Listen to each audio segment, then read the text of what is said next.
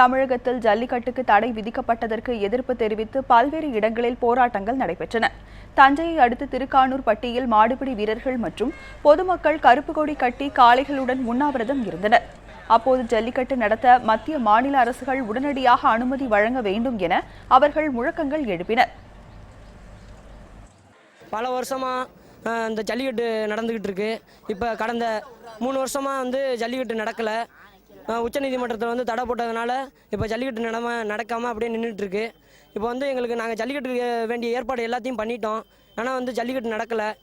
உச்சநீதிமன்றம் தடை போட்டாங்க. பீட்டாங்கிற ஒரு அமைப்பு தனியாக செயல்பட்டு இந்த தடையை ஏற்படுத்தி கொடுத்துருக்காங்க. இதனால் எங்களுக்கு ரொம்ப வருத்தமாக இருக்குது. ஆரம்பிக்க எங்களுக்கு நடந்துகிட்டு இருந்தது. இதில் மாடுபிடி வீரர்கள்லாம் ரொம்ப சோகத்தில் இருக்காங்க. எங்களுக்கு எந்த இது எங்களுக்கு எந்த திருவிழாவோட எங்களுக்கு இதான் ஃபேமஸாக நடக்கிறது. எங்களுக்கு இது ஒரு விளையாட்டுக்கு நாங்கள் ஒரு காளைகளை வளர்க்குறதே அந்தளவுக்கு நாங்கள் வளர்த்து ட்ரைனிங் கொடுத்துட்ருக்கோம். எங்களுக்கு நடக்கும்போதுனா இது நடக்குமா நடக்காது முன்ன என்னாச்சுன்னா எங்களுக்கு உச்ச இதில் தீர்ப்பு சொல்லியிருந்தாங்க. இதை வச்சு நாங்கள் மாட்டி வெடிக்கன்னு சொல்லி ஒரே இது பண்ணிட்டோம்.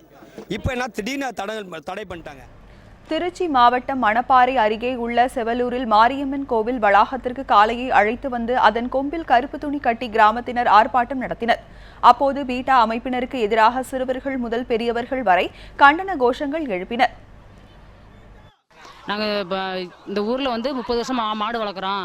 எங்களுக்கு கவர்மெண்ட் உத்தரவு கொடுத்துச்சு, சந்தோஷமாக இருந்தோம். ஆனால் இப்போ அதை தடை செஞ்சுட்டாங்க. அதனால் நாங்கள் ரொம்ப துக்கத்தில் இருக்கிறோங்க. நீங்கள் கண்டிப்பாக எங்களுக்கு நல்ல அனுமதி கொடுக்கணும். இல்லைன்னா நாங்கள் நல்ல பெரிய மறியல் போராட்டம் நாங்கள் பண்ணுவோம். நாங்கள் மாட்டுகளை துன்புறுத்தலாம் இல்லை, பிள்ளை மாதிரி நாங்கள் நேரம் வரைக்கும் வளர்த்துட்டு வந்திருக்கோம். 30 வருஷமாக வளர்க்குறாங்க. ஆனால் அதுக்கு எந்த வன்முறையும் நேரம் வரைக்கும் கொடுக்கவே இல்லை. கவர்மெண்ட் கொடுத்துட்டு திரும்ப தவிர்த்துட்டாங்க. இத்தனை வருஷமாக ஜல்லிக்கட்டு நடந்துச்சு, போன வருஷம் இந்த வருஷமும் இல்லை. அதனால் நாங்கள் பொங்க வைக்கவே இல்லை. நாங்கள் மாட்டை பிள்ளை மாதிரி தான் வளர்த்துட்டு இருக்கோம். ஆனால் சொல்கிறாங்க நாங்கள் கொடுமைப்படுத்துகிறோம், துன்பப்படுத்துகிறோம்னா அதெல்லாம் இல்லை. நாங்கள் வீட்டில் வளர்க்குறது பாருங்கள், அதுக்கு எவ்வளோ சாப்பாடு வைக்கிறோம். என்னென்னு நாங்கள் சாப்பிட்றது கூட எல்லாம் மாட்டுக்கு தான் அதிகமாக செய்கிறோம், வைக்கிறோம். மாட்டை கொடுமைப்படுத்துறீங்க. நீங்கள் மாட்டை ஜல்லிக்கட்டு விடலைன்னு சொன்னால் இனிமேல் தான் கொடுமைப்படுத்துவோம். மாட்டை கொண்டு போய் கடிமாட்டு தான் விடுவோம். இல்லையே அரசாங்கத்தை ஒப்படைச்சிடுவோம். மாட்டை நாங்கள் எதுவும் பண்ண மாட்டோம். நீங்களும் அதுக்கு ஏதாவது ஏற்பாடு பண்ணிக்கணும். நாங்கள் மாட்டை வளர்த்து நாங்கள் கொண்டு போய் கறி கடைக்கு விற்க முடியாது.